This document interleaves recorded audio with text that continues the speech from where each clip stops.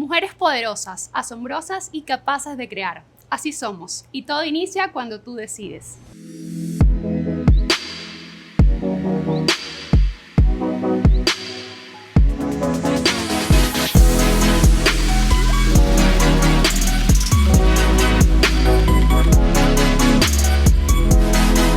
Soy María Ángel Villasmil, Miss Venezuela 2020, modelo, embajadora de marcas, emprendedora y fiel creyente de que sí podemos seguir creando en nuestro país. Quiero darles la bienvenida a este episodio de Tú Decides, un espacio creado para compartir historias inspiradoras y para compartir con mujeres que demuestran que la decisión de crear es tuya, porque tú decides.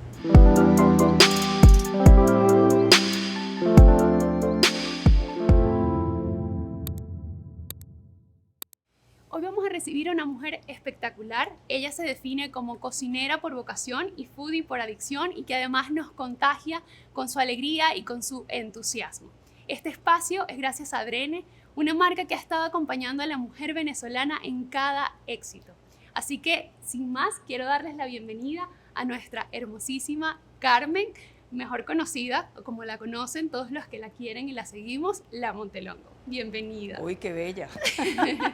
Gracias, mi amor, gracias. Mira, creo que no hay mejor lugar para compartir y conversar de todo lo que queramos que con un cafecito. Y quiero que empieces contándome cómo nace eso de que eres cocinera por vocación y foodie por adicción, porque sé que eres licenciada en letras, también estudiaste Derecho, pero eres apasionada de la cocina. Cuéntame un poco sobre eso. Yo llego a la cocina circunstancialmente y lo descubrí tarde. Ya lo descubrí después que ya había estudiado letras y había estudiado Derecho y entonces entendí que mi verdadera vocación pues era la cocina. Y foodie por adicción es que yo creo que la comida es maravillosa. Saber, por ejemplo, que un plato te puede llevar a la infancia y que es la verdadera máquina del tiempo, eso es algo que uno, que solo por eso uno jamás debería delegar el acto de cocinar en terceras personas, sino saber que con este café o con este plato de sopa o con este brownie, pues tu familia va a ser instantáneamente feliz 30 años en el futuro. Solo por eso deberíamos aprender a cocinar. Entonces, sí, es hermoso. El tema de la gastronomía es hermoso. Y algo que me causa mucha curiosidad, ¿en qué momento exacto de tu vida tú decidiste como que, mira, o sea, yo dejo todo, quiero dedicarme a la cocina y además utilizar las plataformas digitales para crear esa marca tan bonita que tienes? Yo daba clases de historia del arte y nace mi hija Andrea, que cuando uno es madre siempre hay un antes y un después. Y lo que yo ganaba en el colegio se lo daba completico a la señora que la cuidaba, que además era barranquillera. Y entonces Andrea ya decía, hombre, tal. Yo decía, ¿qué estoy haciendo yo cuando yo estoy trabajando para educar los hijos de otras personas y la mía la dejo a cargo de alguien en casa que la quería muchísimo, pues, pero que no era yo? Entonces yo pedí un año sabático. A mí toda la vida me había gustado cocinar, al punto que cuando se casaban mis amigas en los aniversarios, siempre la que hacía los pasapalos, las comidas, era yo. Pero yo no cobraba por eso. Eso era como lo he dicho siempre. Sí, es que yo siempre digo que de los 5 lenguajes del amor que Gary Chapman dice que los seres humanos tenemos para expresarnos, el acto de servicio es el más eficiente y la cocina es el acto de servicio más delicioso. O sea, no hay forma que tú le prepares una receta a alguien y la gente no entienda que eso es un acto de amor. Entonces, se abre la posibilidad de hacer los pasapalos para un local nocturno, no un botiquín, sino un local donde se hacían eventos, cócteles, inauguraciones. Y entonces había la plaza de cocinar todos los pasapalos y la comida de ese sitio.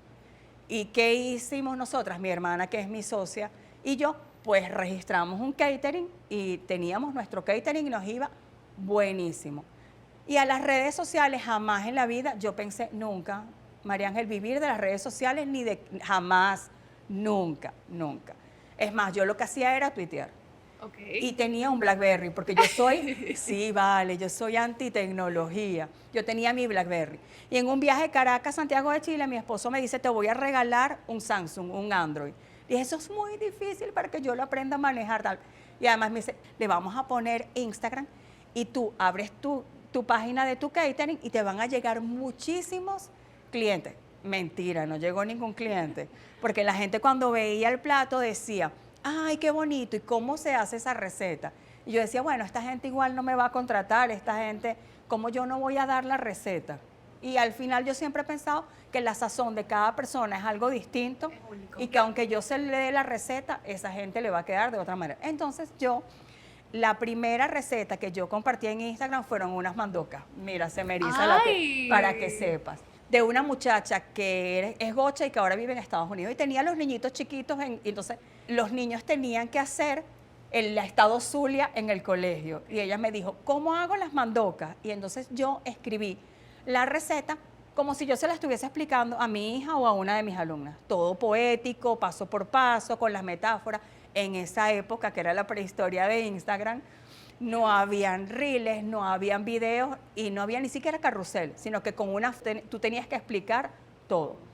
Y el texto era lindo. Entonces comenzó a llegar un montón de gente que leía el texto y que los guardaba. Y la gente me decía, yo no cocino, pero yo vine a leer. Y cuando me vine a dar cuenta, tenía una comunidad grandísima que creció orgánicamente y después llegaron los clientes. Entonces nunca fue algo a propósito, jamás fue la búsqueda de que fuera sustentable o monetariamente, nada de eso, sino que se dio. ¿Y en qué momento o cómo te sentiste la primera vez que oficialmente una marca dice quiero trabajar con la Montelongo? No, ese cuento es muy terrible, porque ese cuento es terrible, terrible, porque la primera vez que a mí me contacta una marca de pastas artesanales y entonces me dice que la agencia, el cliente quiere trabajar contigo, pero el cliente tiene unos requerimientos. Ah, ¿cuáles serán? Ajá. Y entonces él decía, lo primero es que usted tiene que dejar de subir selfies. Ajá. Lo segundo es que tiene que estandarizar las recetas, o sea, las recetas deberían ser recetas no poéticas, sino que todo el mundo las pueda entender.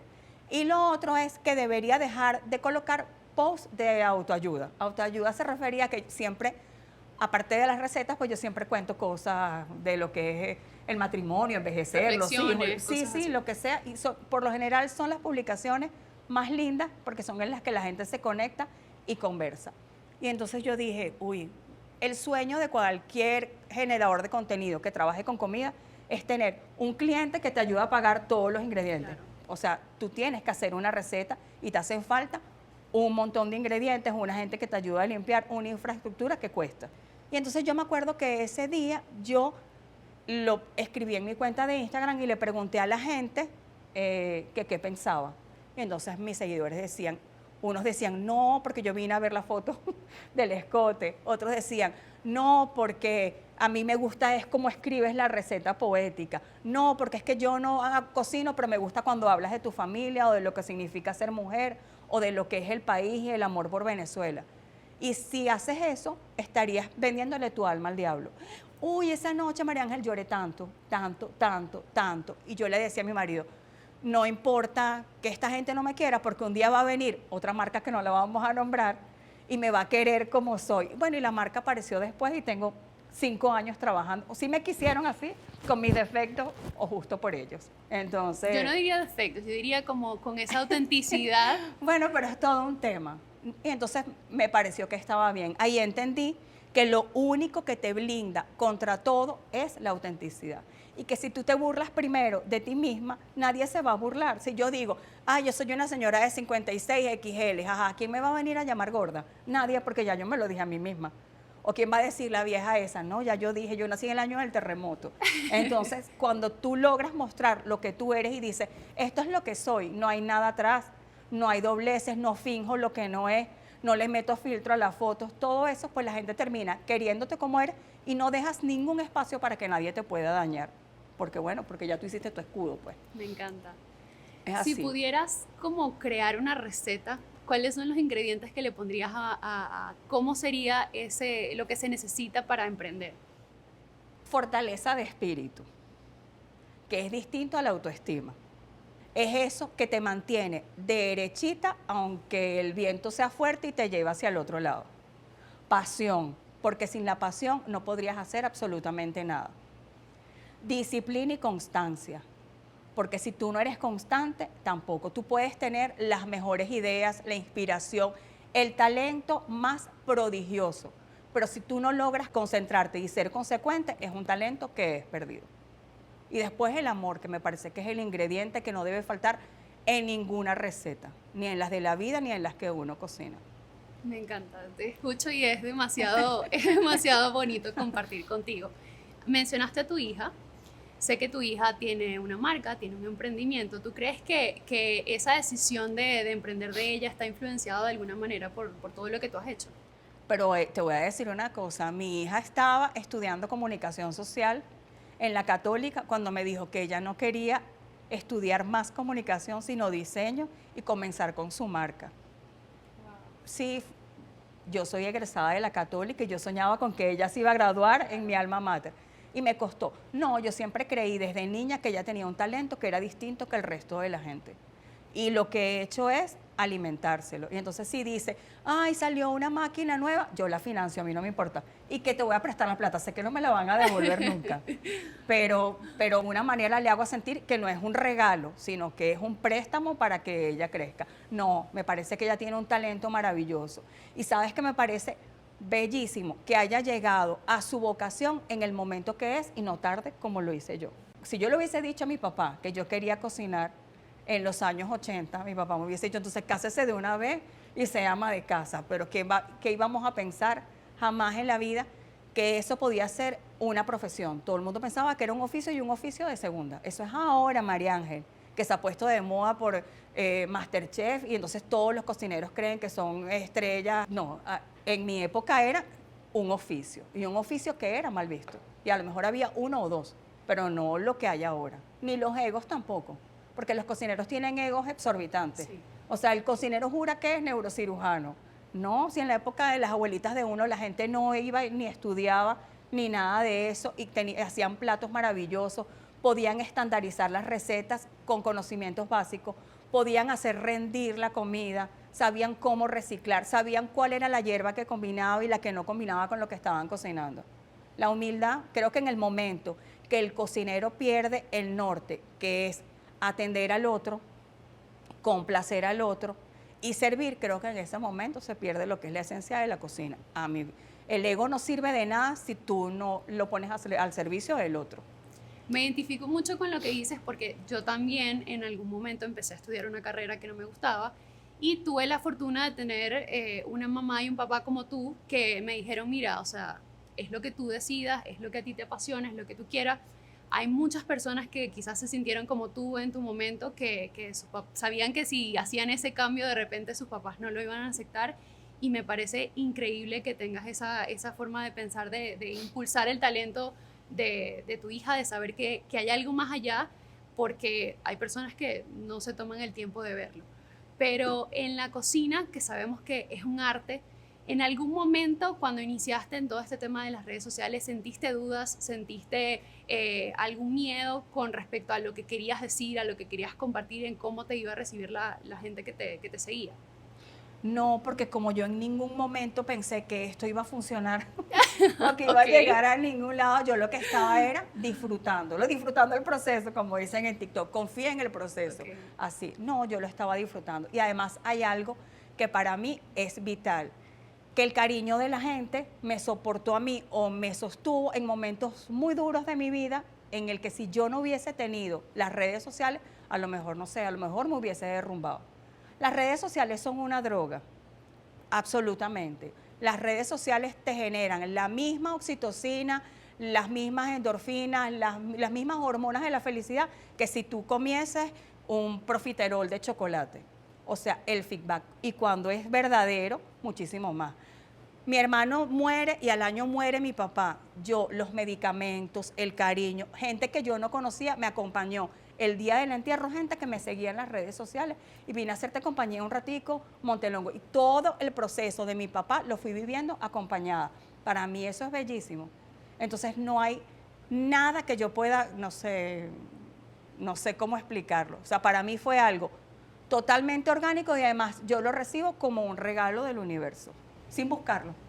Así es. Lo he conseguido con trabajo, pero no lo estaba buscando. Estábamos hablando un poquito antes de comenzar esta conversación y quiero que como que vuelvas a contar la historia de cómo nace el nombre de la Montelongo, porque todos sabemos que la mayoría de la gente en redes sociales te conoce así, pero tu nombre es Carmen Piedad y la gente te llama la Montelongo. La Montelongo, pero además lo curioso es que yo estudié en un colegio de niñas y entonces todas éramos muchachitas y ahí a nadie lo llamaban por el apellido. Y en la universidad estudié letras y éramos 15 personas, tampoco nadie me llamaba por el apellido, siempre me llamaban Carmen Piedad. Y entonces a mí yo no me reconocía como Montelongo en ningún lado. O sea, muy lindo porque yo siempre digo que me perdone mi marido, ¿no? Que yo nunca voy a usar el apellido de casada porque el único hombre que a mí jamás me montaría cacho es Rogelio Montelongo, que fue el que me dio la vida. De resto, uno no sabe. Ojos que no ven, corazón que no siente, pero es mentira. Entonces era como una manera de honrar, nunca me quitaría mi apellido. Mi esposo siempre dice, ponte el Sequera, ¿no? Si el Montelongo es tan lindo, tan sonoro y tan de mi papá. Y yo tenía un usuario que era algo así como CP Montelongo o Montelongo CP, muy X.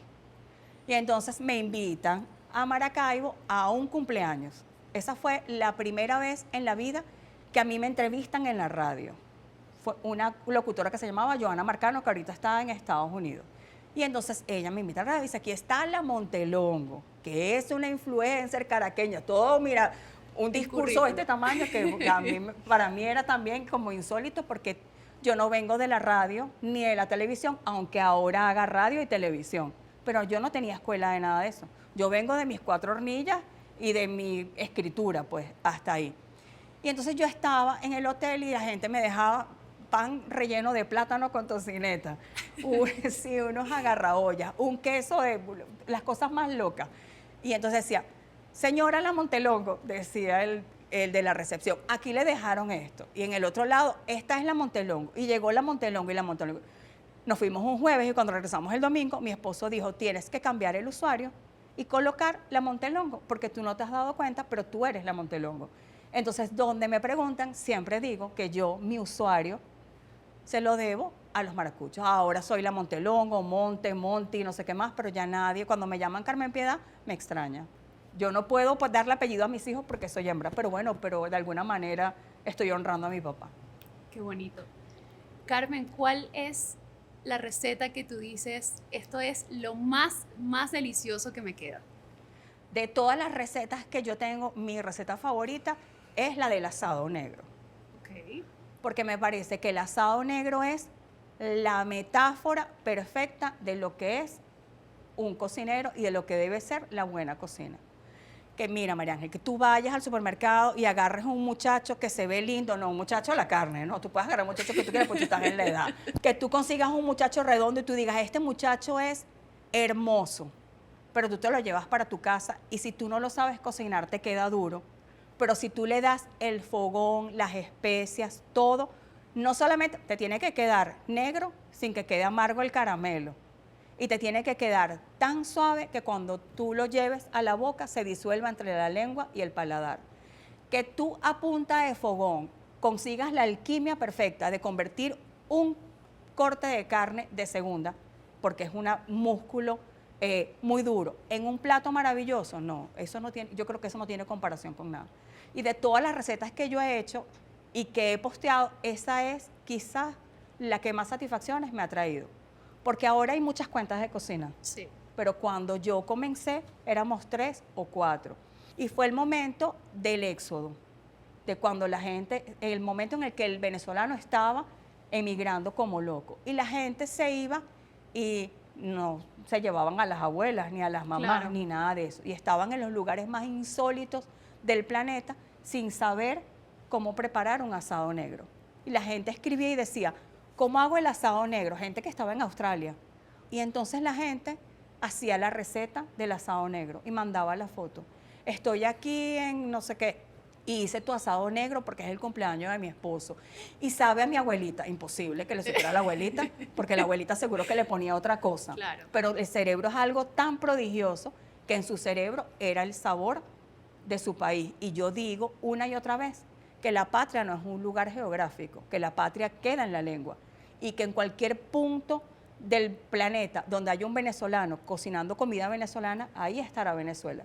Entonces, saber que yo he estado en las mesas de tanta gente que ha replicado esa receta en todos esos años, yo con eso me doy por servida. Solo por saber que hay tanta gente en tantos puntos distantes replicando el asado negro, yo pienso que ya mi misión en este mundo está hecha.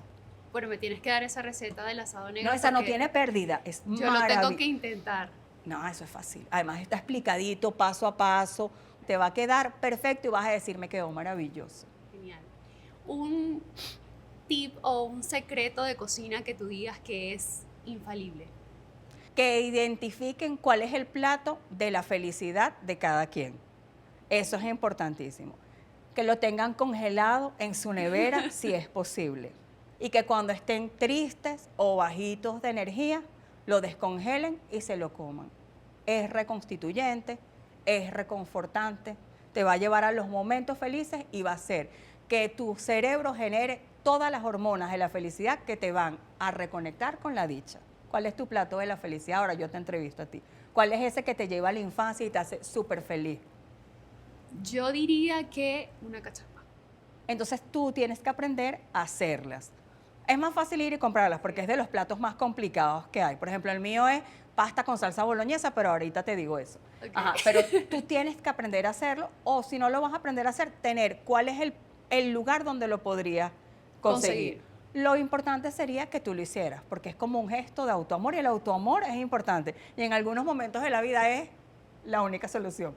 Entonces es importante saber cocinar y es importante que ese plato tú se lo puedas replicar a tu esposo o a tus hijos cuando vengan. ¿Por qué? Porque es la garantía de crear memorias a futuro.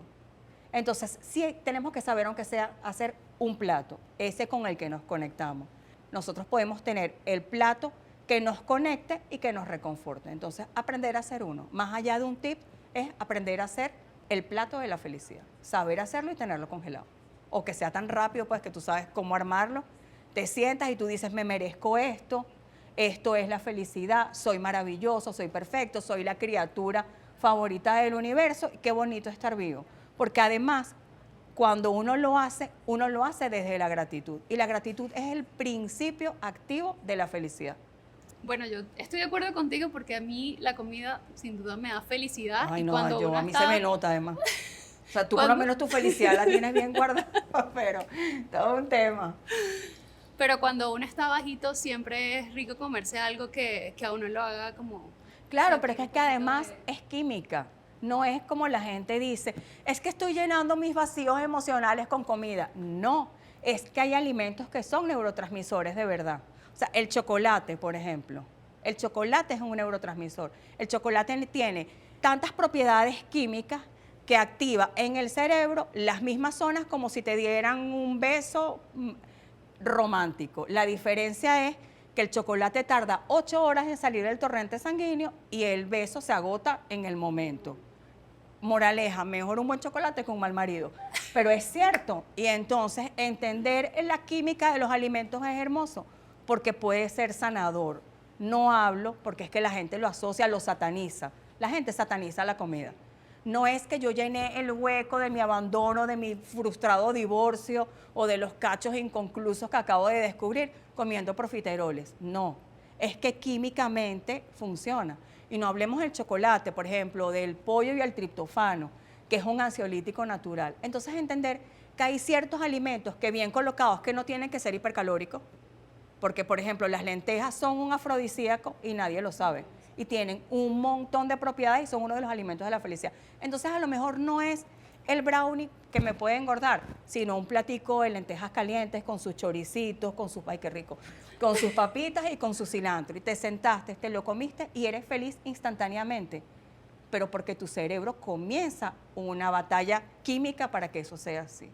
Los alimentos son lindos, la comida es bella. Yo me quedo con todos esos consejitos ahí extras que nos has dado. Y para cerrar, quiero que ya como mujer, ¿qué consejo puedes darnos? Un consejo que haya resonado en tu vida, algún aprendizaje que haya resonado en tu vida que lo puedas compartir con todas las mujeres que nos están viendo. Que uno tiene que tratarse con el amor, la compasión y el respeto que tratarías a tu mejor amiga. Uno es el más cruel de los jueces con uno mismo. Y eso es importante. Y otra cosa, que uno jamás se debe comparar con nadie. La comparación es el ladrón de la felicidad. Siempre vas a conseguir una que está más bella, más joven, mejor casada, más amada, más exitosa, y entonces tus logros pues se minimizan. La comparación tiene que ser siempre con uno mismo. Con la mujer que tú eras ayer, tratar de que la mujer de mañana sea mejor que la de ayer, pero sin compararte con nadie. Bueno, yo me quedo con esa frase, que la comparación es la ladrona de la felicidad. Así que Carmen, gracias. Un placer haber compartido contigo. Me encantó escucharte. Me encantó que nos dieras todos esos tips y esos consejos tan picantes y maravillosos. Pero útiles para la vida misma. Así es. Hoy tuvimos la dicha de compartir con esta hermosa mujer, Carmen Piedad Montelongo, que sin duda nos demuestra que es una mujer con poder y que sabe que la decisión de crear y avanzar es tuya porque tú decides. Nos vemos en el próximo episodio.